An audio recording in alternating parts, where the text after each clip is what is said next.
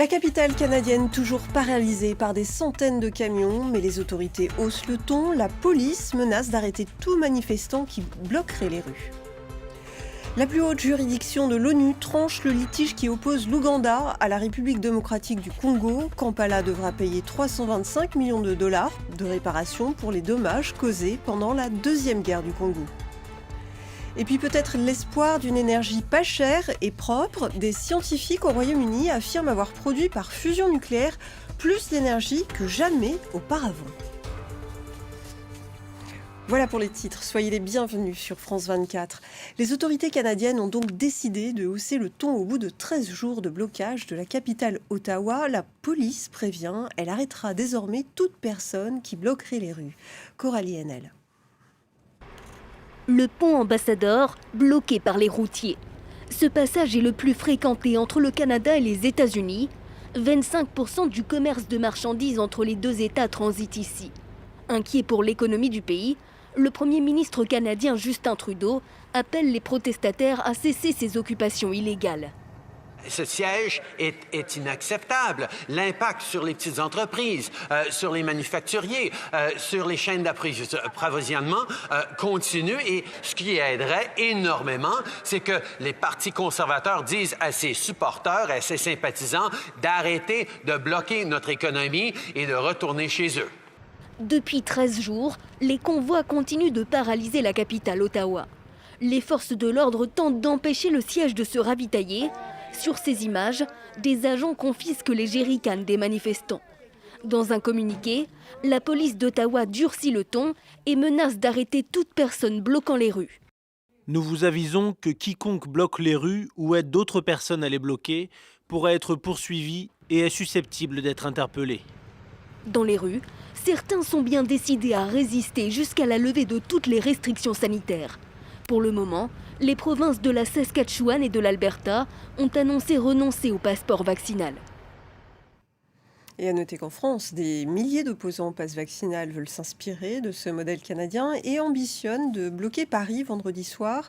Certains appellent ensuite à rejoindre Bruxelles lundi prochain.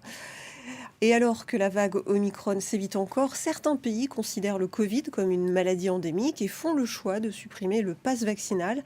La France pourrait à son tour renoncer à ce dispositif contesté. Écoutez le porte-parole du gouvernement.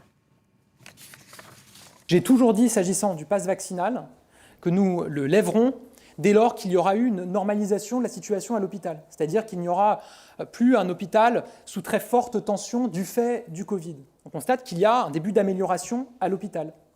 Et il y a, le professeur Fischer l'a dit, des projections, des modélisations qui peuvent nous laisser espérer effectivement qu'à cet horizon de fin mars, début avril, la situation se soit suffisamment détendue à l'hôpital pour que nous puissions lever le pass vaccinal. L'État de New York, lui, abandonne l'obligation de porter le masque dans les lieux clos. Un changement rendu possible par la baisse des contaminations. Bilal Tarabé. Un tableau magnifique. C'est avec ces mots que la gouverneure démocrate de New York commente les derniers chiffres de la pandémie dans son État. Le nombre de contaminations est en forte baisse depuis plusieurs semaines. Kathy Hochul annonce donc la fin de l'obligation du port du masque dans les lieux clos. Chers habitants de New York, c'est ce que nous attendions. Des progrès fantastiques après 2 longues années. Ça n'est pas terminé, mais la tendance s'oriente dans une très très bonne direction. Et c'est pourquoi nous nous rapprochons d'une phase nouvelle dans cette pandémie. À partir de ce jeudi, tous les commerces, restaurants, salles de spectacle et entreprises de l'État de New York peuvent décider de mettre fin à l'obligation de porter un masque en intérieur.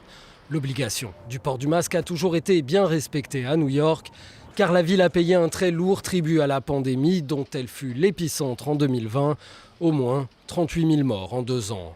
Après cette annonce, les New-Yorkais sont plutôt dubitatifs. Je ne pense pas que ce soit le bon moment pour lever l'obligation. Tant qu'on est à l'extérieur, il n'y a pas besoin de porter un masque, mais quand on est à l'intérieur, on doit continuer à le porter.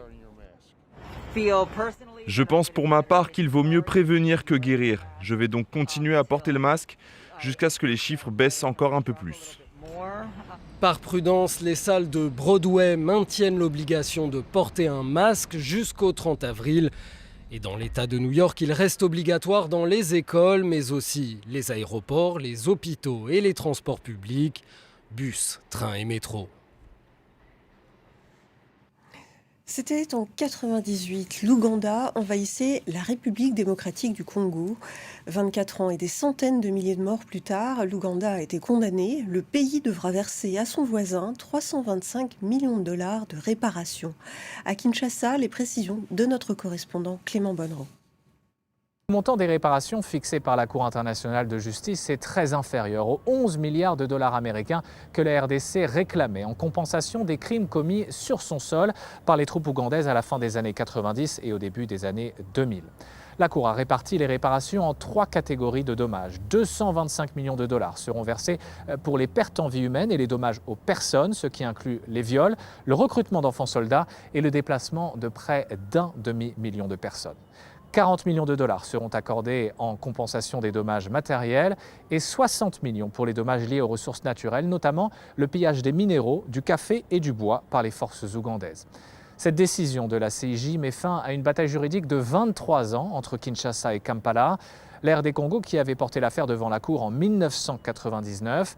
En 2005, la CIJ avait reconnu Kampala coupable d'avoir envahi illégalement la RDC pendant la Deuxième Guerre du Congo et d'avoir commis de nombreuses violations de droits humains ainsi que des crimes de guerre. L'Ouganda avait été condamné à payer des réparations, mais les deux pays n'étaient jusque-là pas parvenus à un accord. Il faut rappeler que l'Ouganda n'est pas le seul pays à être accusé de crimes en RDC. Le Rwanda avait également envahi les provinces orientales du pays, mais il n'a jamais été poursuivi car Kigali ne reconnaît pas la compétence de la Cour internationale de justice.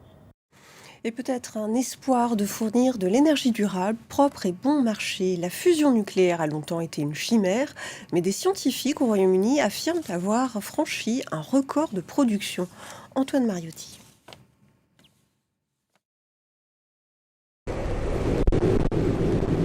C'est potentiellement l'alternative à l'énergie nucléaire que nous connaissons aujourd'hui. Une version plus propre. La fusion nucléaire ambitionne de reproduire ce qu'il se passe au cœur du Soleil. À Oxford, au Royaume-Uni, une équipe de scientifiques vient de réussir à utiliser ce procédé 2 fois plus longtemps que lors du record de 1997. Ils ont combiné tout le savoir-faire en matière de fusion que nous avons développé au cours de la dernière décennie. Nous avons surmonté les obstacles les uns après les autres pour produire un plasma de fusion qui libère 59 mégajoules d'énergie en une impulsion de 5 secondes. Autrement dit, l'énergie produite est l'équivalent de l'énergie nécessaire pour 35 000 foyers. À la différence du nucléaire traditionnel qui casse un atome d'uranium pour libérer de l'énergie mais engendre des radiations, la fusion, comme son nom l'indique, fusionne 2 atomes. Cela libère une formidable quantité d'énergie. Et comme cela peut être fait avec 2 atomes d'hydrogène, l'élément le plus commun dans l'univers, il n'y a pas de radiation et en théorie pas de pollution. Au célèbre MIT, l'Institut de technologie du Massachusetts aux États-Unis, on travaille depuis des années sur cette question de la fusion nucléaire. La manière dont nous voyons les choses, c'est que nous sommes engagés dans une course contre la montre. Et la montre, c'est le changement climatique. La fusion, fondamentalement, c'est l'énergie des étoiles. C'est elle qui alimente toutes les étoiles et notre Soleil. Alors oui, ça ressemble à ce qu'on lit dans les BD de science-fiction, mais rappelez-vous qu'on innove en permanence. Les experts affirment que cette technologie pourrait se développer dans le monde à partir de 2030. Si cela venait à se confirmer et à se démocratiser, il serait alors permis de rêver d'un monde sans pétrole, avec les centrales nucléaires actuelles devenues obsolètes et où même les éoliennes deviendront sans intérêt. Voilà, c'est la fin de ce journal. Merci de l'avoir suivi. Je vous retrouve pour une prochaine édition dans 20 minutes.